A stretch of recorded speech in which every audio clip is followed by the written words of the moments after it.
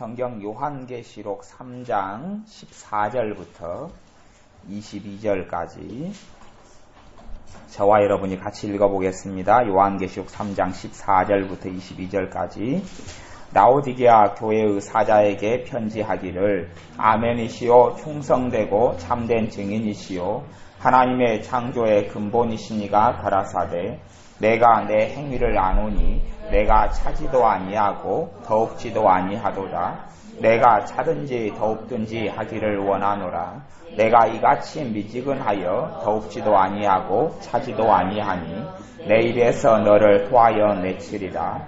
내가 말하기를 나는 부자라 부요하여 부족한 것이 없다 하나 내 곤고한 것과 가련한 것과 가난한 것과 눈먼 것과 벌거벗은 것을 알지 못하도다. 내가 너를 권하노니 내게서 불로 연단한 금을 사서 부요하게 하고 흰옷을 사서 입어 벌거벗은 수치를 보이지 않게 하고 안약을 사서 눈에 발라 보게 하라.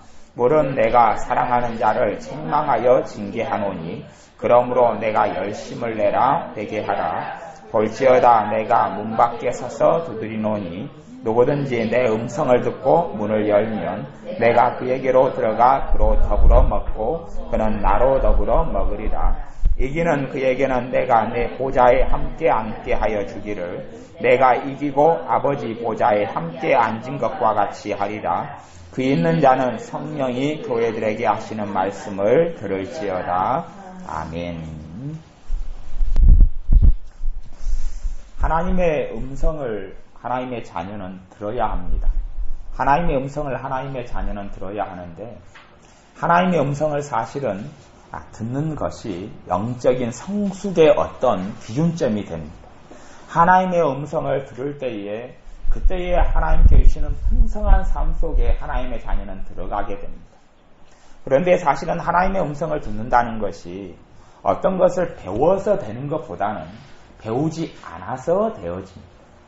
제가 예전에 하나님께서 말씀하시는 성령님께서 말씀하시는 음성을 뚜렷하게 들어본 적이 이제 그 이후로 많이 있었지만 한 번은 그런 적이 있습니다.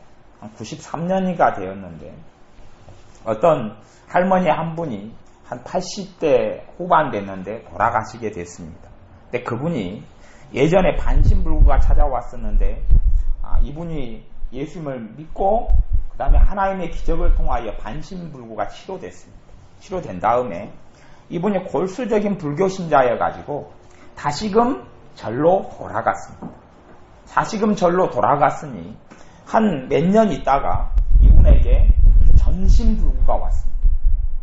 하나님이 고쳐주신 것이 다시금 사라지고 없지요. 그리고 전신불구가 와서 이분이 돌아가시게 됐습니다. 근데 교회 집사님 한 분이 며느리 집사님이 믿음이 아주 좋으시고 새벽마다 나와서 자기의 시어머니를 위해서 그렇게 기도를 하셨습니다. 남편은 고위직 공무원이고 그래서 이분이 돌아가시게 됐는데 돌아가실 때 그 집에 얼마나 귀신의 역사가 센지 물론 제가 신앙생활하고 거기서 사역자로 섬겼던 교회는 영적인 교회는 아니었습니다. 사람들이 영적이지가 않아요. 신령한 세계와 영적인 세계를 모릅니다. 그런데 그 사람들이 다 귀신을 보았습니다. 어떤 말이냐 하면 아파트에서 그 할머니가 전신마비가 돼서 죽게 됐는데 여전도회 회원들이 집사님의 가정에 예배드리러 왔지요. 왔는데 그 여전도회 예배드리러 온 집사님들이 다 소름이 끼치고 무서워가지고 예배를 못 드리고 다 도망갈 정도였어요. 집에만 들어가니 그 어둠과 죽음이 느껴지니 초조하고 불안하고 너무 놀래서 다 도망갔습니다. 그 다음에 이제 교회의 다른 사역자를 불러서 또 마지막에 가기 전에 예수님을 영접시키게 해달라. 주님을 내 시어머니가 믿고 갈 수 있게 해달라. 그리고 불렀는데 그 사역자도 가서 너무 무서워서 도망을 갔습니다. 교회 전도사가 도망을 갔죠. 그때 마침 저희 교회 담임 목사님은 제주도로 여행을 가고 없었습니다. 그분은 분명히 그날 그 다음날 돌아가셨는데 심지어는 그 집에 있는 손주들까지도 손녀 손주도 너무 무서워가지고 집에 있지 못하고 도망을 갔습니다. 그러니까 영적이지 않은 사람들 영적인 세계를 못 보고 귀신의 역사를 체험하지 못하고 못 본 사람들까지라도 다 무서워서 도망갈 정도로 마귀 역사, 귀신 역사 너무 강력했습니다. 근데 이제 저한테 와달라고 연락한 거예요. 연락해서 제가 가려고 하니 93년에 가려고 하니 성령님께서 제게 뚜렷하게 산으로 들어가서 기도하라 말씀하신 거예요. 산으로 들어가서 기도하라. 그래서 뭘 놓고 기도하는 줄은 알겠죠. 그 영혼을 놓고 기도하라는 거예요. 근데 제가 그런 주님의 음성을 들을 때에 주님의 음성을 듣는 법에 대해서 공부했던 것도 아니고 그때처럼 애언 은사를 제가 90년에 받았어도 애언에 대해서 정확하게 또 알았던 것도 아니고 그냥 은사가 오니 말할 뿐이었죠. 그리고 성령님께서 요즘처럼 직관으로 아니면 감정으로 때론 지혜로 뭐 말씀한다는 것을 또 전혀 이해력이 있지 않을 때 그러니 제가 말씀하고 싶은 본질은 뭐냐 그러면 하나님의 음성을 듣고 성령님의 인도를 받는다는 것이 뭘 배워서 되는 영역은 아닙니다. 배워서 되면 도움은 되지만 더 분별하고 아닌 것을 더 골라내기에는 도움이 되지만 근본적으로 하나님의 말씀을 듣고 하나님의 인도를 받고 살아갈 때에 하나님의 자녀가 가장 풍성한 삶을 살게 되는데 그러한 근본적인 이유가 뭘 배워서라는 건 아닙니다. 내가 은사들을 더 배우고 아니면 내가 지식을 더 배우고 증가시키기 때문에 하나님의 음성이 안 들려오는 것이 들려온다. 그건 아니란 이야기. 이미 들려오는 사람이 아닌 것을 구분해내는 데는 도움이 되지만 하지만 안 들리는 사람이 들리는 데는 도움이 안 됩니다. 그런 것을 해결하는 말씀이 요한계시록 3장에 있는 말씀이기도 합니다. 들려와서 산에 들어가서 기도를 했습니다. 그 영혼을 놓고 저도 모르게 뭘 기도해야 될지는 모르는데 와달라 그러는데 성령님께서는 지금 가는 게 아니라고 말씀하시는 거죠. 산으로 들어가서 기도하라는 말씀을 듣고 그리고 산에 들어가서 그 영혼을 놓고 1시간을 정도로 기도했던 것 같습니다. 방언으로 막 기도했습니다. 기도했는데 성령님께서 1시간 정도가 제가 시간 타임을 보니 1시간 정도 되는 것 같아요. 성령님께서 됐다 그러시죠.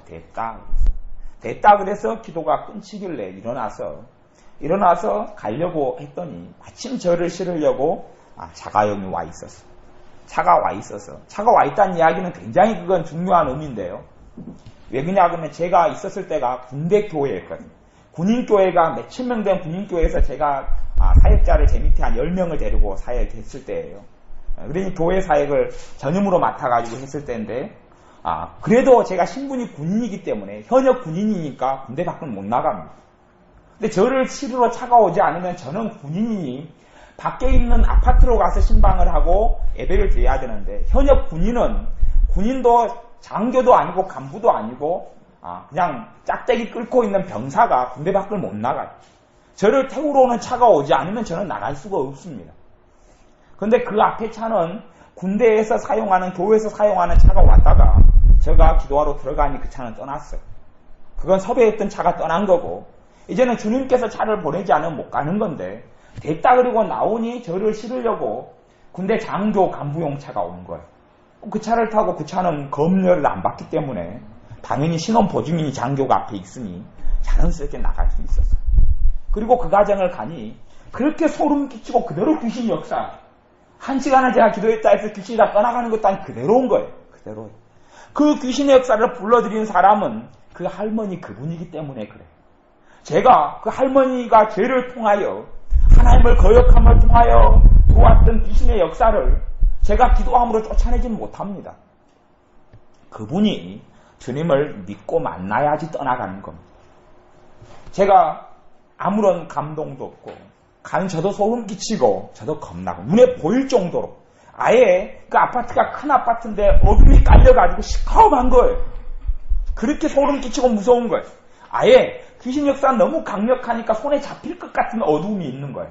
그러니 딴 사람들 다 도망갔죠. 특이한 경험을 그때 했는데 그럼에도 불구하고 가서 주님께서 감동을 주셔서 탕자의 이야기를 말씀을 앉아서 그 할머니는 지금 정신이 오락가락합니다. 돌아가시기 임종하시기 직전이 되면 제가 돌아가시기 임종하신 직전에 사람들 사역을 많이 했는데 이 젊을 때부터 시체 염을 하고 옛날에 목회자들이 다 염을 하고 했는데 시체를 막 닦고 이런 것은 막 십몇 년 전부터 그런 시체하고 자주 놀았습니다. 근데 그 분하고 돌아가시기 전에 분이니 정신이 왔다 갔다 합니다. 아예 정신의식이 있다 없다 그러면 돌아가시기 직전의 현상입니다. 그런 다음에 돌아가십니다. 근데 정신이 마침 들어왔어요. 말도 못해. 그리고 눈도 흐릿하고 의식이 별로 없어요. 근데 예수님께 돌아온 탕자 이야기를 나누었더니 그분의 눈에서 눈물이 또르륵 떨어지는 거예요. 떨어지더니 그 어두움이 있고 그냥 죽을 것 같은 그분의 얼굴이 환해지고 밝아지는 거예요. 그 순간에 집의 역사는 어둠이 샥 그치기 시작하는 거예요. 그리고 그렇게 예수님을 영접하고 평안한 가운데 그것을 며느리 된 집사님도 느끼고 알죠. 그리고 다음 날이 주일날인데 아침에 주일학교 사역을 하고 끝나고 나니 자기 시어머니가 돌아가셨다고 저한테 전화가 왔더라고요. 그러니 그 영혼이 마지막에 예수님을 영접하고 만나고 가신 거예요. 그것을 막판 뒤집기라 그럽니다. 그냥 비극적인 삶으로 주님을 80몇 살까지 살다가 그 다음에 돌아가시 전에 주님을 만나고 가니 얼마나 그까지 복된 인생이 어디 있습니까? 상급은 하나도 없겠지만 천국의 턱걸이에서 들어간다는 것 자체만으로도 감당할 수 없는 축복입니다. 그런데 그런 하나님의 음성을, 주님의 음성을 너가 산에 들어가 기도해라, 됐다, 이제는 나가라 하는 음성을 제가 뭘 배워서 알아서 하는 건 아니라는 이야기입니다. 그러니 이번에 집회 동안에 하나님의 음성을 듣는 삶에 대해서 말씀을 계속 나누는데 뭘 배우고 알아서를 이야기하려는 게 아닙니다. 그런 이야기를 하려는 게 아닙니다. 주님의 말씀을 들으려 되면 3장 15절 말씀을 봐보겠습니다. 요한계시록 3장 15절에 제가 읽어보겠습니다. 내가 내 행위를 아노니 내가 차지도 아니하고 더웁지도 아니하도다. 내가 차든지 더웁든지 하기를 원하노라. 차지도 않고 더웁지도 아니하면 주님의 음성을 듣기가 어렵습니다. 배워서가 아니라 내가 듣고 싶다 그래서 주님의 말씀을 듣는 것은 가짜입니다. 왜냐하면 내가 하나님의 주장자가 아니거든요. 제가 들으려고 의도해서가 아니라 그냥 주님이 말씀하시면 듣는 겁니다. 주님이 말씀하시면 듣게 되는 겁니다. 대신 그런 일은 있어요. 가령 주님께서 어린 사무엘에게 말씀하셨습니다. 하나님께서 어린 사무엘에게 사무엘아 사무엘아 부르셨어요. 근데 사무엘은 못 알아봤습니다. 못 알아들었습니다. 하나님이 부르는데도 그것이 자기가 섬기던 선지자 엘리 제사장이 자기를 부른다고 생각했죠. 3번을 있었습니다. 3번째에 되기 전에 엘리 제사장이 자기의 경험을 통하여 사무엘을 가리킵니다. 그것은 아마 하나님이 부른 모양이다. 그리고 사무엘이 시킨 대로 하고 하나님의 음성을 제대로 듣게 됩니다. 분명히 듣긴 들어도 못 알아듣는다는 이야기죠. 하나님의 자녀들이 하나님이 말씀하신 걸 듣긴 들어도 못 알아들을 때가 많습니다. 그럴 때는 엘리 제사장 같은 코치와 지도가 있으면 더 선명하게 알아듣고 분별하게 되는 지혜가 오게 됩니다. 또한 그러한 지혜를 얻기 위하여 말씀을 나누는 것이기도 합니다.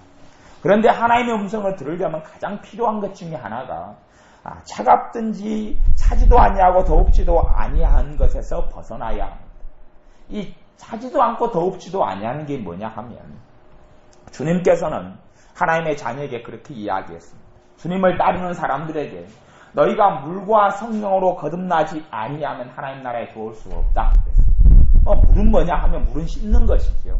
물은 씻는 것인데 주님께서는 너희가 이미 내 말로 깨끗하게 되었으니라고 지하들에게 말씀하듯이 그 물은 그래서 씻는 것이고 주님의 말씀으로 깨끗하게 되었다 그러니 말씀인 것이죠.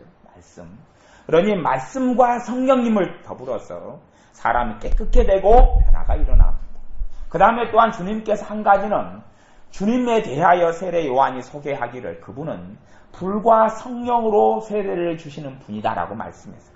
뒤에 성령님은 똑같은데 그 앞에는 거듭나는 건 물과 성령이고 하나님의 역사를 보고 살아계신 하나님을 체험하고 살아가는 것 또한 하나님의 놀라운 성령님의 역사를 통하여 하나님과 동행하는 삶을 살아가는 것은 불과 성령이다 그랬어요. 그러면 그 앞에 불은 뭐냐는 이야기죠. 그 앞에 불은 사실은 여러분이 그렇지 않습니까? 내가 주님을 맨 처음에 만나게 되고 주님의 사랑을 받게 되면 우리에게 당연히 성령님이 역사하시지만 뭐 또 오냐? 불이 같이 옵니다. 불이 같이 오는데 불이 같이 오면 예배 드리고 싶어지죠. 기도하고 싶어진, 그게 불이 나타나는 현상입니다. 내가 나도 모르게 그분의 은혜에 감사하고 싶어진, 그게 불이란 이야기입니다. 그게 불이에요.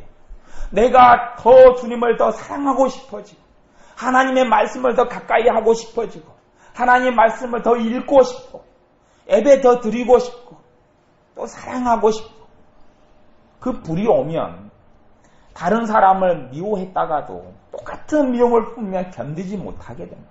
성령님께서 내 마음을 양심으로 찌르는 거예요. 찔러요. 너가 지금 내 용서를 받아들이지 않고 내가 용서하는 삶을 살지 않고 있다고 성령님께서 내 가슴을 양심을 통하여 말씀하시는 거예요. 찌르는 거예요. 이 불이 오면 그런 일이 벌어집니다. 여기서 차갑지도 않고 더웁지도 않다는 이야기는 불을 잃어버렸다는 이야기입니다. 불을 잃은 사람은 삶에 소망이 없습니다. 불을 잃은 사람은 꼭 이 중년 부부가 부부 생활의 권태기를 느끼고 또한 자식을 더 이상 키우기도 싫고 아내는 남편 밥해주기도 싫고 또한 나이 드신 분은 밥숟가락 들기도 싫고 이런 삶의 권태기, 더 살고 싶지도 않고 더 살 이유도 없고 1년 뒤를 꿈꾸지도 않고 5년 뒤에 더 기대도 없고 그냥 더 아프지 않고 그렇게로 또 숨쉬고 살면 만족하다. 이런 삶을 사는 사람들에게 하나님의 말씀을 깨닫고 들리지 않는다는 이야기. 뭐가 사라졌기 때문에 그렇습니까? 불이 사라졌기 때문에 그렇습니다. 불이 있으면 열방이 있습니다. 불이 있는 사람은 꿈이 있습니다. 그래서 늙은이, 어른들도 꿈을 꾼다고 말씀하고 젊은이는 환상을 본다고 말씀하고 또한 자녀들은 애언한다고 말씀하는 겁니다. 분명히 그 꿈은 성령님께 주시는 은사적인 꿈이기 때문에 그것이 우리가 생각하는 비전과 열망하고는 다르지만 또한 연결되어 있기도 합니다. 하나님의 사람들은 젊거나 나이가 들거나 그 열망함과 갈망이 없습니다. 미래에 대해서 바라보는 간절함과 또한 소망이 없는 사람들은 사실은 하나님의 음성을 듣는데 가장 큰 걸림돌이 되어져 있습니다. 그래서 우리 주님께서 하시는 말씀이 예수님께서 부활하신 예수님께서 하신 말씀이 요한계시록 3장 마지막 절까지가 예수님이 하신 말씀입니다. 사복음서보다 더 엄정한 말씀이기도 합니다. 왜냐하면 사복음서는 아직 하나님의 영광을 비우신 다음에 있기 전에 주님이고 여기는 부활하시고 승천하시고 하나님의 보좌에 하나님으로 계시는 그 주님이 자기의 제자 요한을 통하여 하신 말씀이기 때문에 더 우리가 이해하기 쉽고 알기가 쉽습니다. 근데 그 주님이 뭐라고 말씀하냐 그러면 22절에 보면 귀 있는 자는 성령이 교회들에게 하시는 말씀을 들을지어다 말씀합니다. 왜냐하면 귀가 다 있지요. 누가 귀가 없습니까? 그런데 하나님은 말씀하셔도 사람들이 듣지 못한다는 이야기입니다. 우리 주님께서도 그렇게 말씀하시죠. 선지자들도 그렇게 이야기합니다. 너희가 들어도 듣지 못하며 보아도 보지 못하는도다 라고 말씀하는 겁니다. 이 사람들에게도 그렇게 말씀하지 않습니까? 17절에 보면 나는 부자라 부요하여 부족한 것이 없다 하나 내 곤고한 것과 가련한 것과 가난한 것과 눈먼 것과 벌거벗은 것을 알지 못하도다. 눈이 멀었다고 그러잖아요. 눈이 멀었는데 자기들은 본다고 생각한 거죠. 그러니 사실은 하나님께서 우리에게 말씀을 안 하시는 게 아니라 우리가 듣는 귀가 닫혀버린 겁니다. 하나님이 내 삶의 길을 인도 안 하시는 게 아니고 내가 그분의 인도를 받지 못하는 겁니다. 그래서 우리가 주님의 인도를 받고 또한 주님이 나를 인도하신다는 것을 나를 인도하시는 삶에 대하여 그거에 대하여 다른 표현으로 하기를 제가 하나님의 음성을 듣는 삶이다라고 이야기하는 겁니다. 하나님의 인도를 받지 않으면 하나님의 자녀로서 누리는 놀라운 삶 속에 들어가지 않습니다. 솔직한 이야기로 예수님을 믿는 사람과 믿지 않는 사람들에게 어떤 삶이 행복하냐, 당신이 지금 사는 삶이 행복하냐, 당신이 꾸리는 가정이 행복하냐라고 물으면 믿는 사람보다 안 믿는 사람이 더 불행하다고 나와야 되는데 실제로 조사는 안 그렇다는 이야기입니다. 믿는 사람도 불행하다. 안 믿는 사람도 불행하다. 믿는 사람이 행복하다. 안 믿는 사람도 그 부분에는 행복하다 나오는 거예요. 비율의 차이가 없다는 이야기입니다. 그러면 사실은 살아계신 하나님이 또한 주님이 나의 주님 되시는 것을 내가 어디에서 하나님의 자녀가 누리고 사느냐 하는 거죠. 별로 못 누린다는 이야기입니다. 하나님의 자녀가 정말로 하나님의 은혜, 주님께서 십자가에서 나를 위해 죽으실 정도로 주시는 그 축복, 나를 사랑하시는 그 놀라움을 누리려면 주님께서 내 길을 인도하시는 그 길을 걸어가야 합니다. 주님의 인도함을 받아야 산다는 이야기입니다. 주님의 인도를 받지 않으면 살지 못한다는 이야기입니다.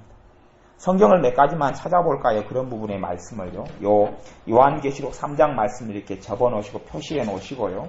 표시해 놓으시고 시편 32편을 찾아보겠습니다. 나머지 분들은 들으시면 됩니다. 제가 찾아서 제가 읽어드리겠습니다. 시편 32편 8절 말씀 제가 읽어보겠습니다. 시편 32편 8절 내가 너의 갈 길을 가르쳐 보이고 너를 주목하여 훈계하리로다. 하나님께서는 우리가 갈 길을 가르쳐 보인다고 말씀합니다. 하나님이 우리가 갈 길을 인도 안 하시는 게 아니고 안 가르쳐 주는 게 아니란 말입니다. 우리의 갈 길을 가르쳐 보인다고 우리 앞에서 또 누누이 말씀하셨습니다. 잠언 3장 6절에 보면 그렇지 않습니까? 너가 범사에 하나님을 인정하라. 그를 인정하라. 그리하면 내 길을 지도하시리라. 이것을 제가 하나님의 인도를 받는 삶, 동일한 말로 하나님의 음성을 듣는 삶이다. 그렇게 이야기하는 겁니다. 하나님이 나를 인도하시는 삶 속에 들어갈 때에 정말 내가 하나님의 자녀구나. 내가 하나님께 사랑받고 있구나. 이것 때문에 나를 이런 은혜 속에 들어 넣기 위하여, 은혜 속에 나를 살아가시기 위하여 주님이 나를 십자가에 죽으셨구나.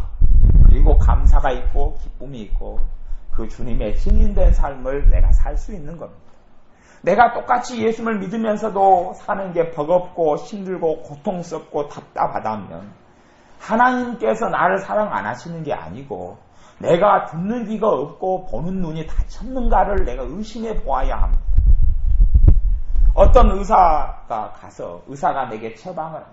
내 몸이 안 좋아서 의사가 이러이러한 약을 주사를 맞고 이러이러한 약을 드십시오. 그러면 며칠 지나면 좋아질 겁니다. 그런데 나는 의사의 처방을 안 듣고 의사가 시키는 대로 안 합니다. 안 한 다음에 한 5일 지난 다음에 의사에게 찾아가서 내가 당신에게 진찰을 받았는데 왜 내 몸이 치료되지 않느냐 그렇게 이야기한다면 의사가 내가 처방전대로 당신이 했습니까? 라고 물을 겁니다. 그러듯이 주님께서 내게 말씀하신다 그래서 내 삶에 하나님의 은혜가 나타나고 역사가 나타나는 건 아닙니다. 내가 들을 때에 그렇지요. 내가 듣고 그 인도를 받을 때에 그렇습니다. 내가 주님의 인도를 받는 삶을 살아갈 때 우리의 삶에 주님이 정말 나의 주님 되시고 주님이 나를 정말 사랑하시고 주님이 나를 축복하신다는 것을 체험하게 됩니다. 이사야 58장을 제가 읽어보겠습니다. 이사야 58장 11절 말씀인데요. 이런 말씀들이 성경에는 굉장히 많이 나와 있습니다. 특별히 구약 같은 데는 많이 나와 있죠. 이사야 58장 11절 말씀을 제가 읽어보면요. 나 여호와가 너를 항상 인도하여 마른 곳에서도 내 영혼을 만족해 하며 내 뼈를 경곡해 하리니 너는 물된 동산 같겠고 물이 끊어지지 아니하는 샘 같을 것이라. 이런 축복을 하나님의 자녀가 받기를 아버지 하나님은 원합니다. 아버지 하나님은 아버지의 자녀들이 물된 동산 같겠고 물이 끊어지지 아니하는 샘. 지금의 샘은 구경할 일이 없지만 과거에 30년 전에 이런 샘들은 얼마나 깨끗하고 맑고 그 물이 투명하고 지금의 여름은 여름이 아니죠. 과거의 여름은 특히 더울 때 시원한 물 한 잔을 먹을 때 그 시원함이 어쩝니까? 놀랍잖아요.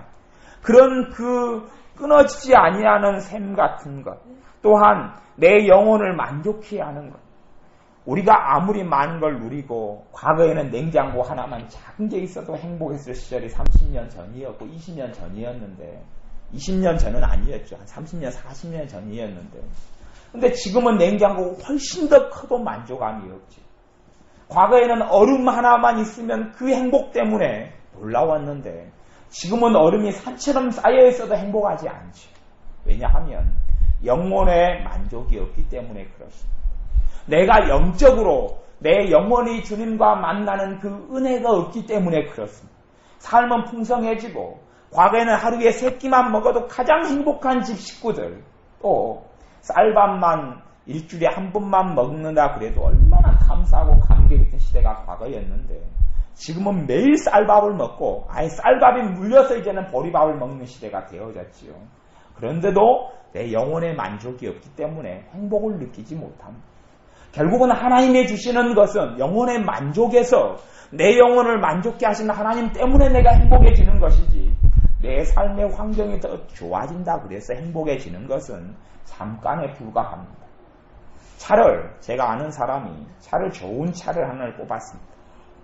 그래서 그 차 때문에 너무나 한 이틀은 행복했습니다. 그런데 이틀이 지난 다음에 누가 성질이 났는가 한밤에 지나가다가 차를 돌로 긁어버렸습니다. 그랬더니 이틀이 지난 후부터 3일부터 이 친구가 지옥 속에 사는 겁니다. 어떤 지옥이냐 하면 인간 지옥이죠. 밤에 10시가 넘어서 이 친구가 숨어서 차를 지키기 시작합니다. 내 차를 긁는 인간을 잡아서 내가 가만두지 않으리라. 그리고 이 친구가 한 3일을 체라를 했습니다. 근데 아무도 긁는 사람이 안 나타났죠.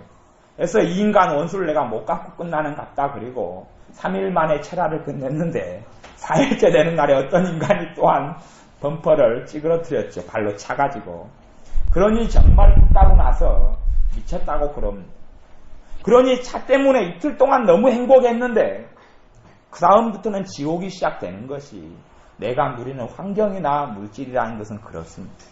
그런데 정말로 참다운 만족은 내 영혼을 하나님이 만족해 주실 때에 행복이 있습니다. 실제로 여러분이 체험하지 않습니까? 내가 더 많이 먹고 잘 먹고 내가 누릴 때에 내가 행복했느냐? 아니면 내가 지금보다 더 못 먹었을 때, 못 가졌을 때, 내가 지금보다 더 덜 입었을 때에 그때에도 행복한 때들이 많았느냐라고 생각해 보면 내가 지금보다 더 못 입고 못 가지고 못 누릴 때도 행복할 때가 많이 있었잖아요.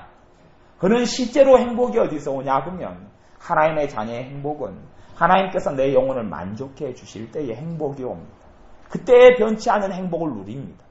내 영혼을 어떻게 만족해 주시냐 그러면 이사야 58장 11절에는 나 여호와가 너를 항상 인도하여 그렇게 말하는 거죠. 나 여호와가 너를 항상 인도하여 마른 곳에서 또 내 영혼을 만족해 하며 너 뼈를 견고케 하리니 너는 물된 동산 같게. 사실은 주님이 나를 인도해 주시는데 여기에서 내가 인도를 내 귀가 열려서 주님이 말씀하신 대로 들을 수 있는 자는 들을지어다. 들을 수 있는 자는 성령이 교회들에게 하신 말씀을 들을지. 교회는 여러분 각자가 교회입니다. 여러분 각자를 신학적으로 무형교회라고 그래요. 내가 교회죠. 나를 인도하신다는 이야기고 내게 말씀하신다는 이야기인데 내가 인도를 못 받아버리면 그렇습니다. 인도를 못 받아버립니다. 그래서 하나님의 자녀를 하나님이 인도하셔서 이 물된 동산 같은 삶을 살기를 원합니다. 하나님의 인도를 우리가 받아야 한다는 이야기죠. 그러니까 하나님의 인도를 받으려면 요한계시록 3장 이제는 그래서 그 15절 16절 말씀대로 너가 이같이 미지근하여 더웁지도 아니하고 차지도 아니하니 내 입에서 너를 토하여 내치리라. 주님께서 토하여 내친다는 이야기는 실제적으로는 내 삶 속에 주님의 물된 동산 같겠고 내 뼈를 견고케 해주시고 내 영혼을 만족해 주시는 그 은혜를 못 누린다는 이야기를 하는 겁니다. 나는 하나님의 자녀인데도 하나님이 내 아버지됨을 못 누린다는 것 같이 한탄스러운 인생과 삶이 어디 있습니까? 또 왜 그러냐 하면 내가 미지근하기 때문에 그렇습니다. 불을 잃어버렸기 때문에 그렇다는 이야기. 성령님이 역사하시는 감격을 잃어버렸습니다. 내게 주시는 소망을 잃어버렸습니다. 의욕을 잃어버렸습니다. 열망을 잃어버렸습니다. 미지근하다는 것이 요한계시록 3장 19절에는 그 부분의 해석이 나옵니다. 잘 보시면 물은 내가 사랑하는 자를 책망하여 징계하노니 그러므로 너가 열심을 내라. 그러죠. 열심을 내라고 그러죠. 이 열심이 없는 상태를 미지근한 상태다 이야기하고 열심이 없는 것을 불을 잃었다라고 이야기합니다. 주님의 은혜를 받을 때에 우리가 불과 성령으로 은혜를 받아서 내 마음이 뜨거워지고 내가 기도하고 싶어지고 찬양하고 싶어지고 감사하고 싶어지고 이런 열망들이 생겨나고 때로는 전도하고 싶어져서 제가 주님을 처음에 만난 다음에 고등학교 2학년 때 너무나 그 은혜가 감격해서 저희 동네에는 무당 골목이 있었어요. 무당 점쟁이 골목이 있었어요. 양쪽 길로 쫙 무당들이 쫙 길을 서 있고 무슨 지리산 선녀 보살 그리고 뭐 이 양반들은 또 열심히 투철해가지고 이 선녀 보살들이나 아니면 도사들은 한 달 되면 명패를 쫙 걸어놓고 지금 입산 수도 40일 작정 기도 중입니다. 그리고 또 간간히 하는 우리보다 훨씬 열심히 있는 사람들이 길 양쪽으로 쫙 이렇게 있는 무당 골목에 점쟁이 골목에 너무나 이 열정이 솟아나고 이런 불이 오니까 제가 전도하기 위하여 그 무당집을 돌아다녔어요. 점쟁이 집을 돌아다니니 눈이 띄어지더라. 어떤 눈이 띄어졌냐 하면 이 사람은 가짜 점쟁이구나, 이 사람 진짜 점쟁이구나 눈이 띄어지는 거예요. 진짜 점쟁이를 그래서 알아봤습니다. 진짜 점쟁이는 제가 그 집 문을 딛고 들어가면 저를 반갑게 안 맞이합니다. 실컷 눈을 찌그러보고 쳐다보고 너가 누군데 이 예수쟁이가 나한테 제가 이야기를 안 해도 신령한 이 귀신이 들린 신령한 사람은 저를 알아보는 겁니다. 이 사람에게 불이 임했구나. 이 사람에게 하나님의 신이 들어와서 나한테 오니 그들이 위협을 느끼는 겁니다. 그리고 얼른 쫓아내고 소금을 뿌리는 인간이 있었습니다. 그래서 제가 이 사람은 진짜 귀신 들린 점쟁이구나. 무당이구나. 제가 알고 어떤 집에 가니 정말 손님 하나 왔다고 돈봉투 내놓으면서 반갑게 맞이하는 겁니다. 그리고 반갑게 이야기를 하다가 이제는 점을 쳐주겠다는 겁니다. 그리고 저는 예수님 믿으라고 이야기했죠. 그때야 성질 내는 사람을 보고 이 사람은 정말 이 악한 영이 들린 사람이 아니고 가짜 점쟁이구나. 책을 보고 공부해가지고 아는 척게 하는 사람이구나. 그리고 노하우가 생기더란 말입니다. 근데 왜냐하면 불이 제게 들어오니 주님의 말씀을 전하지 않고는 복음을 전하지 않고는 이 마음이 뜨거워져서 견딜 수 없었던 겁니다. 그럼 오죽하면 술장사하는 먼 사촌 형수님네 집에 쳐들어가서 형님네 집에 쳐들어가고 형수님이 술장사 막걸리 장사를 그때 했는데 가서 예수님을 전하는 전도하는 것을 제가 잘 모르니 가서 제가 뭘 했겠습니까? 방언 은사를 받은 대로 앞에서 따따따따따 방언만 열심히 해대면서 봐라 하나님 살아계시다. 얼른 술장사 때려치우고 하나님께 나와라 그랬죠. 그러니 그 먼 형수님 우리 집에 전화해서 당신네 아들이 미쳤는가 없다고 그랬죠. 왜 열망이 생겨나니 어떻게 말해야 될지 몰라도 그렇게 하는 거예요. 왜냐하면 불이 들어왔기 때문에 그렇습니다. 그러니 하나님의 자녀가 그때부터 영원히 만족해 되는 겁니다. 내게 들어온 하나님의 불이 내 삶을 인도하는 겁니다. 내가 뭘 알고 보아서가 아닙니다. 그러니 우리가 불을 자꾸 회복해야 합니다. 주님께서 우리에게 열심을 내라고 말씀하시죠. 우리 안에 열망이 있어야 합니다. 단지 그냥 내가 돈 문제가 좀 해결되고 내 자식이 말썽꾸러기 자식이 덜 말썽을 피우고 내 말썽꾸러기 남편과 아내가 좀 더 나에게 편안하게 대해주고 또 내 삶이 노후가 보장되지 않는 삶이 노후가 좀 은행에 돈이 좀 있어서 노후가 보장돼 걱정이 좀 적어지면 그건 편안하겠다 정도 선에서 하나님의 자녀는 넘어서야 합니다. 하나님의 자녀는 더 높은 꿈과 이상을 가져야 합니다. 영원한 것들을 추구하는 것이 있어야 합니다. 나이가 드셔도 젊어도 발전해야 합니다. 영적인 진보를 이루어야 합니다. 그럴 때에 하나님의 인도가 내가 그것이 인도라는 걸 알든지 모르든지 간에 나를 인도하시는 주님의 손길이 나타납니다. 하나님의 음성이 꼭 귀로 들려서가 아니라 눈에 보여서가 아니라 그냥 자동적으로 그 길을 나도 모르게 가고 있는 겁니다. 자동적으로 내가 하나님의 인도를 받고 있는 겁니다. 내가 지성적으로 이성적으로 알든 모르든지 간에 그분의 열망과 그분의 은혜와 하나님의 불이 나를 이끌어가고 있는 겁니다. 그리고 내 영혼의 만족이 있는 겁니다. 사실은 우리가 이제 주님을 감 만났을 때 행복했습니까? 아니면 신앙생활을 오래 한 연륜이 있어서 10년 했고 20년 했던 지금이 행복하십니까? 지금이 행복하십니까? 아니면 주님을 감 만나서 불이 있었을 때가 행복했습니까? 불이 있었을 때가 더 행복했지 않습니까? 주님을 정말 신앙생활 시작하면서 그분의 불을 안 받고 그분의 은혜와 감격하고 눈물 흘리고 가슴을 치고 회개하는 은혜를 체험하지 않았다면 지금이 더 주님을 아는 지금이 행복할 수 있습니다만은 주님의 은혜를 받고 하나님을 만나는 체험을 한 사람들의 경우에 있어서는 그때가 더 행복했을 겁니다. 이유는 불이 없어졌기 때문에 그렇습니다. 그래서 하나님의 역사를 기름 부음이다. 성령님을 기름 부음이다 이야기하고 너희에게 기름 부음이 임했다라고 말씀하는 요한 1서의 말씀이 어떤 의미인가 하면 사실은 기름은 어디에 필요합니까? 불에가 필요한 게 기름입니다. 기름은 기름으로 존재하는 게 아니지요. 10처녀 비유에서 5처녀는 등불을 가졌지요. 불이 있다는 이야기입니다. 그 불이 꺼져갈 때에 뭘 집어넣습니까? 기름을 집어넣습니다. 5처녀가 왜 혼인잔치에 들어가지 못했느냐 하면 기름이 떨어졌기 때문에 그렇습니다. 기름을 사려고 기름을 사러 갔지요. 왜냐하면 불이 있기 때문에 기름이 필요한 겁니다. 하나님의 자녀들의 삶에 기름이 떨어진 거죠. 그리고 불은 꺼진 겁니다. 아니면 기름은 점점 떨어져 가서 예전에는 다 기름을 썼고 불을 썼습니다. 지금의 일은 전기가 아니죠. 성경에서 말하는 너희는 빛이라 소금이라 이야기할 때도 이 빛, 이런 전기를 생각하시면 곤란합니다. 빛의 근본적인 것은 장작불이나 모닥불이나 등잔불을 이야기하는 이런 열이 나는 빛을 이야기합니다. 그래서 실제로 영적인 체험들을 좀 이야기하면 그렇지만 영적인 체험들 가운데는 성령님께서 놀랍게 임하면 몸이 뜨거워집니다.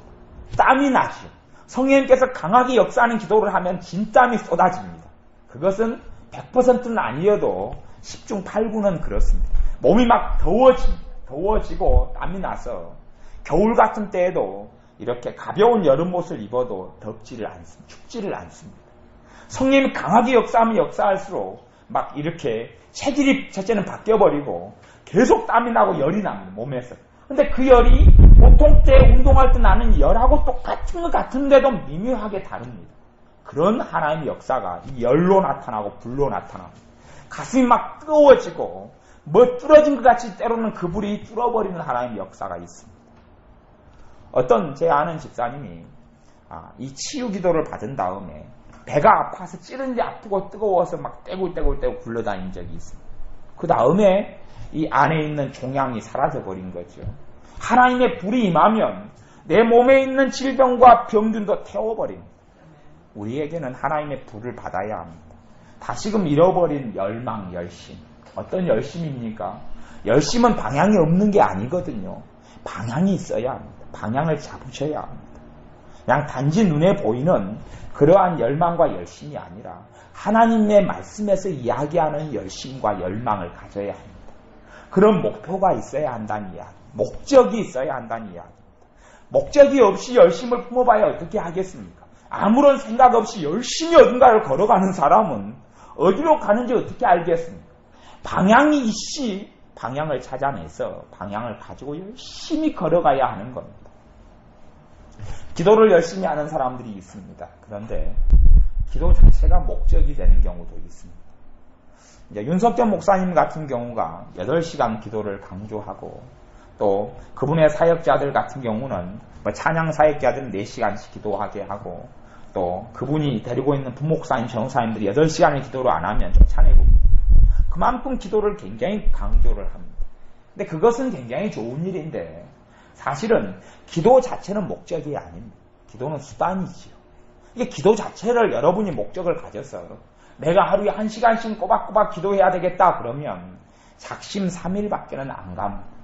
내가 하루에 30분은 기도해야 되겠다 그러면 그것이 오래 지나면 의미가 없어집니다. 왜냐하면 단지 기도를 얼마를 한다는 것 자체가 목적이 되어지는 거죠. 성경도 그렇습니다. 어떤 교회는 성경은 1년에 1독을 해야 된다 하는 목적을 세웁니다. 그리고 성경을 1독을 시킵니다. 근데 1독을 하고 1년에 3독을 하고 나도 남는 게 별로 없습니다. 왜냐하면 그들이 성경 읽기 자체가 목적이 됐기 때문에 그렇습니다. 기도하는 것 자체가 목적이 됐기 때문에 그렇습니다. 그건 목적이 아니고 수단입니다.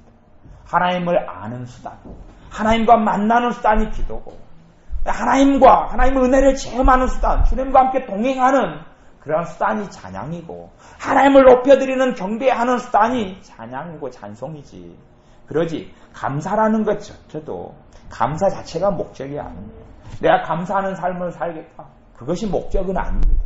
내가 감사하는 걸 통하여 나를 사랑하시는 주님을 기쁘시게 하는 것이 목적이지 감사 자체는 목적이 아니다는 이야기입니다. 하나님의 자녀들이 영적인 열심이 많이 있는 사람들이 목적과 수단을 하나로 덩어리로 만들어 버리는 것이 문제가 있습니다. 때로는 그러지요. 어떤 목사님이 지금 교인이 500명인데 100명이 되는 것이 목적이다라고 이야기하면 사실은 오래 시간이 지나면 지날수록 지칩니다.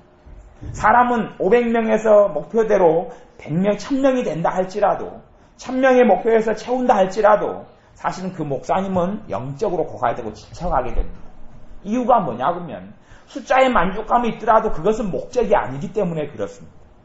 왜 1000명으로 500명에 1000명으로 왜 채워야 하는가? 당연히 목적은 그러면 하나님의 나라를 확장하는 것이고 하나님의 교회를 세우고 하나님을 기쁘시게 하는 것이 목적이기 때문에 500명에서 1000명으로 해야 되겠다고 생각하면 그것은 바른 것이고 그것이 없이 우리가 생각하기에 그러한 목적이 아닌 것들을 목적으로 삼아버리면 거기에는 참다운 열심이나 열망이 생길 수 없습니다. 그러니 우리가 우리에게 갈망을 만들어내야 합니다. 열망을 만들어내야 하고 열심을 내야 합니다. 방향이 있는 열심, 목적 있는 열심을 만들어내야 합니다. 그것이 있으면 여러분은 발전하게 됩니다. 여러분은 잘하게 됩니다. 그리고 불이 붙여지게 됩니다. 하나님께서 주시는 불을 내가 꺼트려 버리면 하나님의 불을 내가 먼저 피워내야 합니다. 그럴 때에 하나님의 불이 떨어지고 하나님의 기름이 부어집니다. 순서가 그렇습니다. 예전에 우리 이봉경 사람도 그렇고 저도 그렇지만 기도원 사역을 했습니다. 기도원은 하나님께서 많이 축복해 주셨고 또 96년 7년에 했던 기도원을 통하여 많은 사랑을 붙여주셨고 기도원을 할 때도 하나님께서 필요한 물질, 돈 또한 필요한 기구들, 가구들을 다 주셨습니다. 10원 하나가 필요하지 않게 하나님이 다 주셨어요.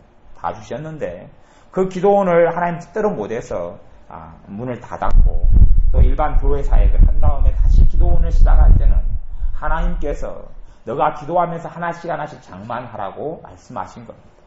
그러면서 주시는 말씀이 뭐냐 그러면 모세의 십계명 돌판을 주신 거지요. 모세의 십계명 돌판이라는 게 뭐냐 그러면 맨 먼저 십계명을 하나님께 받을 때 되면 하나님께서 십계명 돌판을 다 돌을 깎아줬습니다. 다 깎아주고 그 위에 하나님이 글을 다 써줬습니다. 그리고 돌판 2개를 줬죠. 돌판 2개를 준 다음에 내려와서 백성들에게 하나님의 법, 십계명과 하나님의 말씀을 전하려고 보니 이미 그 40일이 지난 다음에 백성들은 금송아지를 하나님이다 하고 섬기고 하나님을 떠난 상태였어요. 너무 성질이 나고 뿔따구가 나서 십계명 돌판을 갖다가 두드러 깨버렸죠. 깨버리고 그 다음에 다시 하나님께 십계명을 받으려 그럴 때 하나님이 이야기합니다. 너가 깼으니 너가 돌은 깎아와라 그러는 겁니다.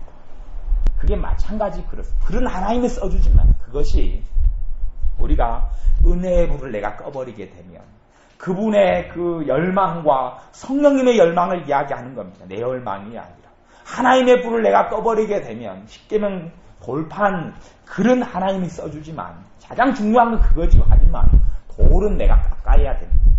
그래서 하나님의 은혜를 초신자가 주님을 안 만난 사람이 한순간에 바뀌는 의외로 쉽습니다. 그런데 영적인 침체가 오고 은혜를 까먹은 사람이 그 은혜를 회복하는 것은 그래서 어려운 겁니다.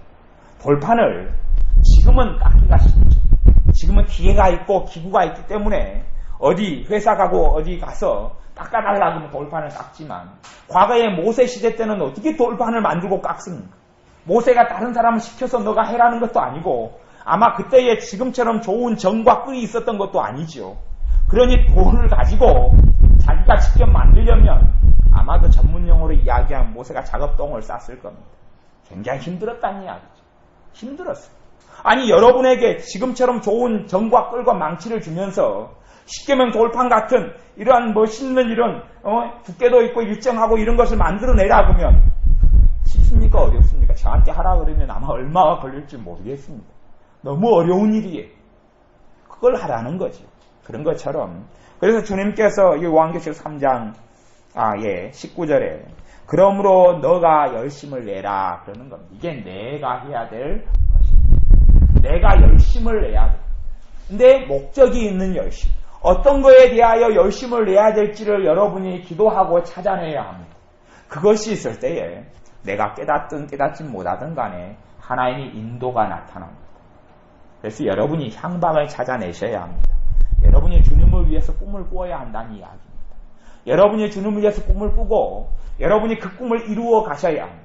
그 꿈에서 나아가셔야 합니다. 주님을 기쁘시게 하고 주님을 영화롭게 하기 위하여 하나님 나라의 한 부분을 감당하는 꿈을 꾸어야 합니다. 내가 누구에게도 빼앗아가지 못하는 것을 찾아내야 합니다. 나이가 드셨다 해서 그 꿈을 잃어버리면 늙어갑니다. 하지만 나이가 드셔도 그 꿈이 그 불이 안에가 있는 사람은 지치질 않습니다. 건강이 회복됩니다. 쉬 필요하고 지치지 않습니다. 단지 나이가 드셨어도 자식에 대한 것을 꿈을 삼지는 마십시오. 자식은 꿈이 아닙니다. 자식을 통하여 하나님께 영광을 돌리는 그 꿈은 가지시지만 내가 가져야 될 중심의 꿈은 아닙니다. 중심의 꿈은 하나님과 나와의 1대1의 관계 속에서 꿈을 가지는 겁니다. 기도하시면서 내게 주신 열망, 집을 짓는다 그러면 저도 예전에 건물 이 공사를 여러 가지 것들을 다 해보았습니다. 건축업자가 되어져서 감독관이 되어져서 건물을 몇 개를 짓기도 했고, 그러니 저 밑에 있는 사람은 제가 잔소리가 하도 심해서 저만 보면 현장 기사들이 도망을 가고 학을 뗐는데 나중에는 돈을 가져와서 저한테 돈을 좀 줄 테니 제발 잔소리 좀 하지 말아달라고 그래서 제가 잔소리는 장사가 없다는 것을 느꼈습니다. 예전에 직원들 한 120명 데리고 일을 제가 했는데 120명이 다 저보다 나이가 많았어요. 제가 한 28살 됐을 때에 120명을 데리고 일을 하는데 저를 너무 씹어보는 거예요. 이 나이가 50, 60이 되는 사람들이 얼마나 현장 일에 있어서 보온 어떤 설비하는 회사였는데 얼마나 자기들이 뛰어나고 저는 초짜고 모르지요. 그러니 저를 얼마나 우습게 아는가. 120명을 모아놓고 제가 작전을 짰습니다. 하루에 10분씩 잔소리를 해댔습니다. 아침 조회 때 10분씩 잔소리를 해댔더니 열흘 지나니 저를 보고 껍벅껍벅 고개를 숙이더라. 그래서 역시 잔소리는 장사가 없다. 그런데 그런 어떤 세상적인 어떤 생각이나 열심 그런 게 아니라 이런 건물을 지을 때도 일어나는 그런 일처럼 하나 벽돌을 쌓으면 그 다음 벽돌을 쌓아서 담이 다 만들어지는 것처럼 여러분이 최소한 벽돌 한 단, 두 단은 쌓아야 한다는 이야기입니다. 여러분이 집이 있으면 기초라도 놓아야 한다는 이야기입니다. 이 건물이 있으면 이 건물을 짓기 전에 땅을 털어 닦은 다음에 버림 콘크리트라는 걸 먼저 칩니다. 버림이 뭐냐 하면 바닥을 먼저 평평하게 하기 위해서 콘크리트를 비벼가지고 바닥을 먼저 쫙 그냥 울퉁불퉁하게 깝니다. 대강 쫙 깝니다. 그 위에 이제 철근을 놓고 다시 빗줄을 먹줄을 튕겨서 거기에서 건물을 쌓아갑니다. 여러분에게 하나님께 주신 열망과 꿈을 찾아내서 하나님 나라에 가기 전에 벽돌을 한 단 쌓고 두 단 쌓고 그것을 하고 그것을 이어서 다른 누군가가 그 위에 쌓아 올라갈 겁니다. 그 열망이 있어야 한다는 이야기입니다. 하나님의 나라를 위하여, 주님을 위하여, 주님과 함께 하는, 주님과 함께 동행하는 사람. 어떤 열망은, 어떤 사람은 주님과 관계에 있어서 너무나 아기자기하고 멋있게 살아가는 하나님의 사람을 보았습니다. 근데 그 사람의 꿈은 그렇습니다. 그 사람의 꿈은 에녹처럼 하나님과 동행하는 꿈을 꿉니다. 그 사람은 에녹처럼 하나님과 동행하는 꿈을 꿉니다. 하나님과 동행하는 삶을 사는 게 그의 열망입니다. 근데 그의 열망대로 그의 신앙이 3년 지나고 5년 지나니 그가 정말로 성령이 충만한 삶을 사는 겁니다. 뭐 어떤 사람처럼 애언을 하네, 고뇌, 듣네 그런 건 없다 할지라도 그의 삶 가운데 하나님의 역사가 충만한 겁니다. 그가 대단한 돈을 가진 것도 아니고 아니면 그의 가정에 뭐 대단한 인생에 있어서 남이 자랑할 만한 이력이라든지 명예가 명성이 있는 건 아닌데 그의 삶에 하나님은 함께 하시고 계신 겁니다. 그의 열망과 꿈이 더 좋은 음식을 먹는 것보다 더 좋은 옷을 입는 것보다 더 좋은 학벌을 가지는 것보다 그는 하나님과 함께 하기를 원했던 것을 꿈꾸었고 그 꿈이 이루어져 가고 있는 것을 저는 보는 겁니다. 그러니 우리에게 하나님의 말씀에 의해서 내가 가져야 될 꿈을 꾸어야 합니다. 그걸 통하여 하나님의 인도를 내가 받게 됩니다. 그 불이 있는 사람의 인도가 나타납니다. 불이 있는 사람은 하늘에 비가 떨어져도 불이 크면 클수록 그 불은 꺼지지 않습니다. 어떤 사람은 불의 천적이 물이라고 그러는데 사실은 물의 천적이 불이기도 합니다. 그렇지 않아요. 물의 천적이 불입니다. 불이 크면 클수록 비가 떨어져도 폭포수 같은 환란이 와도 고난이 와도 사실은 불이 있는 사람은 이겨납니다. 이겨납니다. 우리에게 불이 있으면 하나님의 인도가 나타납니다. 불이 있으면 내가 다 보고 다 하는 게 아니라 자연스럽게 하나님의 인도 따라 길을 가게 됩니다. 여러분들은 그렇지 않습니까? 여러분이 눈이 띄어져 있으니 요 오는 길을 보면 길 밖을 벗어나서 걸어가겠다는 또 길 위를 걸어가겠다는 아무 의도가 없어도 여러분은 좋은 길 위로 걸어오지 않습니까? 여러분이 이미 이제 길을 걷는데 이 땅에 도시에서 길을 걷는데 익숙해져 있기 때문에 그렇습니다. 그게 자연적인 걸음이라고 이야기하는 것처럼 여러분이 주님의 은혜 속에 불을 가지고 있는 사람은 내가 무엇을 듣고 무엇을 보든가 하고 상관없이 자연적으로 여러분의 몸이 여러분의 삶이 하나님의 길을 따라서 주님께서 나는 길이요 진리요 생명이니 말씀하신 대로 생명 되시고 길 되신 주님과 함께 자연적으로 그 길을 그냥 걸어가게 되는 겁니다.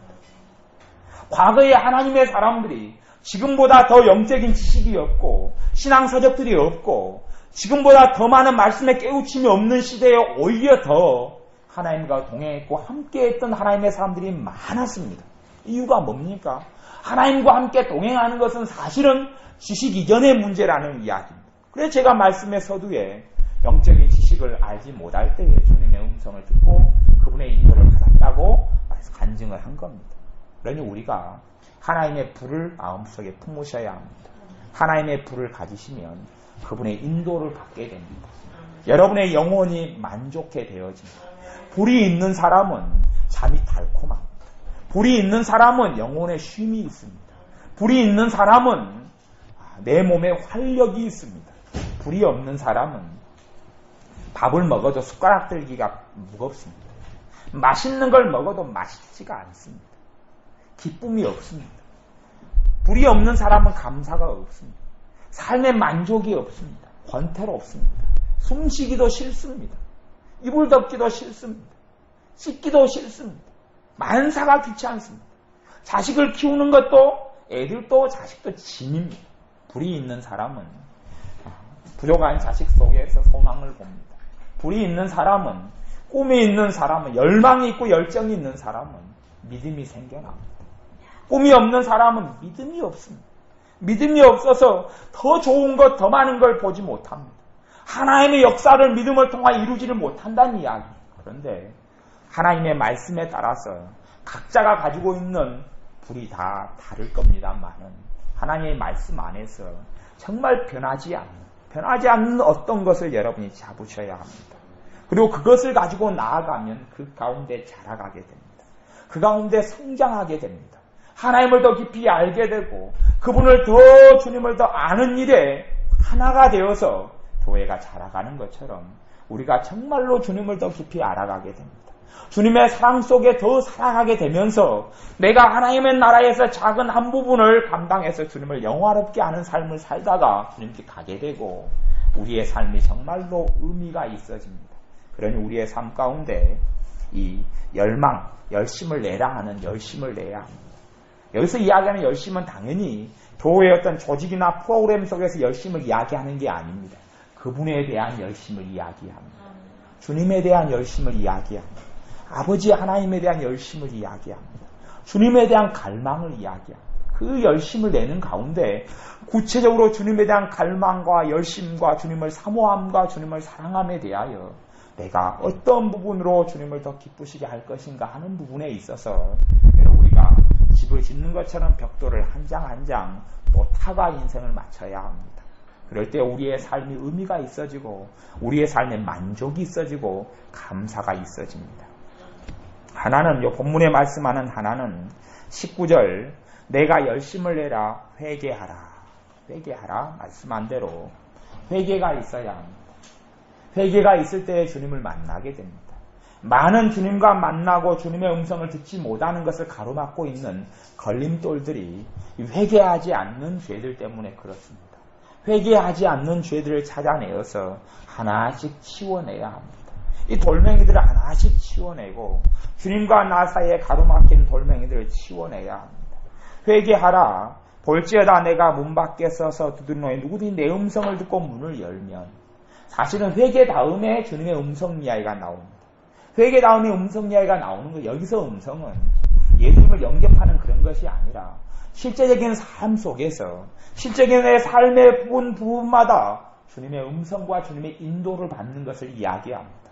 주님의 음성을 듣고 주님의 인도를 받으면 우리의 삶에 내가 그에게로 들어가 그로 더불어 먹고 그는 나로 더불어 먹으리라. 주님과 나와 파티하는 은혜, 주님과 나와 잔치 속에 살아가는, 주님이 나와 함께 먹고 나는 웃으며 주님과 함께 먹고 주님과 함께 동거동락하고 살아가는 것이 주님의 음성을 듣는 데서 일어난다고 말씀하는 겁니다.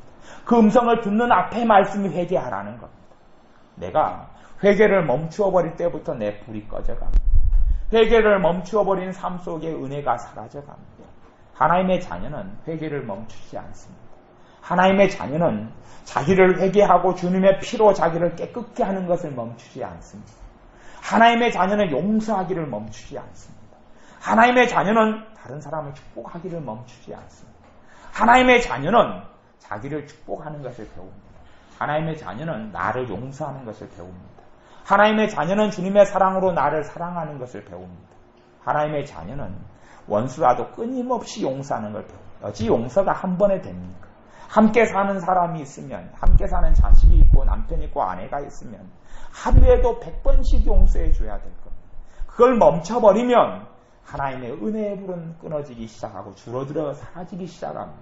하루에 100번, 1000번이라도 용서하기를 끊어지지 않을 때에 내 마음은 넓어가고 내 영혼의 만족은 커가고, 그리고 우리의 삶 속에 하나님이 주시는 은혜, 주님과 함께 동거동락하는 우리의 영혼이 만족해 되고 우리의 뼈가 강하게 되어지고 우리가 물된 동산 같은 그러한 은혜를 누리게 됩니다. 요한 1서 말씀 경우에는 그런 말씀이 있습니다. 너희가 누구에게든지 꺼림이 있으면 그 사람을 미워하는 것이다 라고 말씀합니다. 내가 누구를 만날 때 꺼림이 있는 사람들, 껄쩍지근한 사람들, 누구를 볼 때 눈 마주치기 싫은 사람들, 그러면 사실은 내가 용서하지 않고 미워하는 사람들입니다. 그런 것이 내 은혜의 불을 꺼뜨리는 겁니다. 그것에 대하여 주님이 회개하라라고 말씀하는 겁니다. 그것을 내가 회개하면서 치워내야 합니다. 또한 우리의 불신앙을 회개해야 합니다.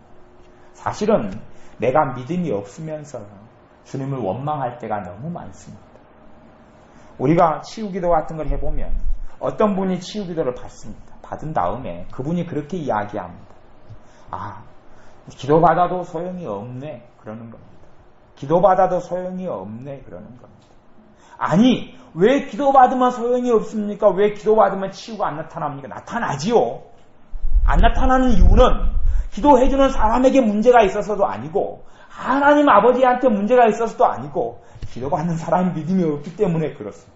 자기의 믿음을 회개할 생각은 하지 않고 살아계신 주님에 대하여 믿는 믿음을 가지지 않으면서 해볼 수 있으면 해보시오. 사역자에게 당신이 은사가 있으면 나를 한번 고쳐보시오. 고친 다음에 내가 믿겠소. 그렇게 갈 때 하나님은 역사하시지 않습니다. 역사하시기 싫은 게 아니라 역사하실 수 없는 겁니다. 왜냐하면 믿음이 없는 속에는 주님이 그분의 능력을 베푸실 수 없기 때문에 그렇습니다. 아무리 나를 사랑한다 하실지라도 내가 믿음으로 반응하지 않는데 하나님이 역사하실 수 없습니다. 그래서 우리가 우리의 믿음 없는 것을 회개해야 합니다. 우리의 불신앙을 회개해야 합니다. 내가 믿음이 없어서 하나님의 기적을 보지 못하면서, 내가 믿음이 없어서 내 삶에 하나님의 사랑과 놀랍게 역사하는 걸 보지 못하면서 하나님이 이상 있는 것처럼 생각하고 하나님을 원망합니다. 왜 하나님이 이렇습니까? 나는 한다고 하나님을 섬긴다고 성금하고 헌금한다고 하고 내가 열심을 낸다고 냈는데 왜 그렇습니까? 아니요. 우리가 열심 내는 것은 다른 열심이 아니었기 때문에 그렇습니다. 주님에 대한 다른 목적을 가진 열심이 아니었기 때문에 그렇습니다. 어떠한 사람은 주일학교 아이들의 프로그램을 잘 유지하는 데 열심을 냅니다. 거기에 1년을 피땀을 흘렸습니다. 그런데 좋은 결과가 안 나타나니 하나님을 원망하는 겁니다. 정말 이 프로그램에 내가 피땀을 쏟았는데 왜 좋은 열매가 안 나타나서, 그분이 전도사인데 담임 목사님 실적 없다고 쫓아냈거든요. 그러니 내가 열심히 이 프로그램에 냈는데 왜 결과가 안 나타나서 교회에서 목사님한테 쫓겨나게 합니까? 라는 걸로 하나님을 원망하는 겁니다. 그의 열심은 프로그램에 대한 열심이었지 주님에 대한 열심이 아니었던 겁니다. 주님에 대한 열심으로 인해서 프로그램이 수단이 됐으면 그 열심을 통하여 열매가 맺힐 수 있습니다. 근데 그렇지 않기 때문에 그렇습니다. 우리의 불신앙과 믿음 없음을 회개하고 주님께 나아갈 때에 주님께서 우리를 물된 동상 같은 은혜를 베풀어 주시고 주님의 인도가 우리 삶에 자연적으로 나타나게 됩니다. 뭐 보아서 느껴서 애언을 통해서 받아서가 아니라 주님께서 내 삶 속에 자연적으로 누구의 어느 길을 갔더니 주님이 인도하는 사람을 만나는 겁니다. 누구의 말을 들었더니 하나님의 지혜가 오는 겁니다. 누구가 보고 싶어서 그냥 갔는데 그 보고 싶은 것이 하나님의 소원이었고 하나님의 열망이었던 겁니다. 그 열매가 나타나는 겁니다. 그런 하나님의 자연적인 인도가 우리에게 나타날 때에 우리의 삶에 계산하지도 않고 머리 굴리지도 않고도 주님의 기쁨과 영원의 만족 가운데 살며 주님이 우리의 삶 가운데 맺어주는 열매를 보는 것이 주님께서 우리를 위하여 꿈꾸시고 계획하신 삶입니다. 내가 온 것은 양으로 생명을 얻게 하고 더 풍성한 삶을 살게 하려 함이라라고 말씀하셨는데 주님께서 우리를 위하여 죽어주신 그 핏값이 우리가 누려야 될 하나님의 축복입니다. 그것을 우리가 회개함으로 우리의 불신앙이라든지 미움이나 원망이라든지 또한 나에 대해서 감사하지 못하는 것도 하나님이 나를 만들어주시고 세워주셨는데 나에 대해서 감사가 없고 나에 대해서 기쁨이 없고 나의 달란트와 나의 재능과 나의 삶에 대해서 감사가 없는 것도 가장 큰 불신앙 속에 속하는 겁니다. 또 심지어는 내 자녀에 대해서 하나님이 선물로 주셨는데 그 애물단지로 생각하고 그 자식을 내 가시로 생각하면 주님과 내 눈이 다른 거지요. 그런 것들이 회개가 되어져야 합니다. 그럴 때 하나님의 역사를 보게 됩니다. 하나님이 바라시는 바른 마음과 바른 믿음을 가질 때에 그래서 주님께서 회개하라는 겁니다. 그럴 때 우리는 귀가 열린 자가 되어집니다. 너희가 안약을 사서 보게 하고 너희가 가난하고 헐벗었는데 내가 옷을 사서 입으라는 말씀은 사실은 그것이 회개하라는 말씀입니다. 그걸 통하여 우리의 뜨지 못한 눈이 띄어지고 우리 보지 못하는 것이 보아지고 나도 모르게 주님의 인도를 받게 되어져서 우리의 영혼의 만족이 있으며 우리의 삶의 아름다운 열매를 주님께서 누리게 하실 겁니다. 기도하겠습니다. 아버지 하나님, 우리가 열심이 없고 열망이 없고 하루하루 사는 것이 마지못해 죽지 못해 사는 삶이었던 것을 회개하며 용서를 구합니다. 우리에게 주시는 1년 1년과 우리의 남은 생의 1년 1년은 주님께서 우리에게 축복으로 주신 것이며 아름다운 열매를 거두게 하기 위해서 주신 것이온데 우리가 주님의 인도를 받지 못하고 살아가면서 우리가 하나님을 원망하며 내 인생을 한탄하며 또한 가족과 형제와 자녀를 한탄하며 살아왔던 것을 회개합니다. 문제가 바로 나이고 내가 주님의 인도를 받지 못하여 주님의 사랑을 누리지 못했던 것을 회개합니다. 그리하오니 아버지 하나님 깨닫게 하셔서 회개할 죄들이 알아지게 하시고 느껴지게 하시고 용서할 사람들이 생각나게 하시고 또한 우리 안에 하나님의 나라에 대한 열망과 주님에 대한 열망과 열정을 다시금 부어주시고 불을 붙여주셔서 하나님의 불을 가지고 하루하루 사는 주님의 영혼의 만족 가운데 사는 우리가 되게 하여 주옵소서. 이 시간에 기도할 때에 성령님께서 역사하시고 임하셔서 우리의 마음을 뜨겁게 하옵소서. 우리의 영혼을 뜨겁게 하옵소서. 우리의 영혼의 만족을 주옵소서. 하나님의 불을 우리에게 주셔서 나이가 더 들어가도 우리의 마음이 젊은 사람들로 열망과 열정과 꿈과 비전을 가진 사람들로 살아가게 하셔서 우리가 건물을 지을 때 벽돌을 한 장 한 장 놓는 하나님의 자녀들이 되게 하여 주옵소서. 예수님의 이름으로 기도하옵나이다. 아멘. 말씀을 붙잡고 같이 기도합니다. 주님 우리에게 불을 주옵소서. 우리에게 회개할 것들 생각나게 하시고 용서할 사람들 용서합니다. 기도합니다.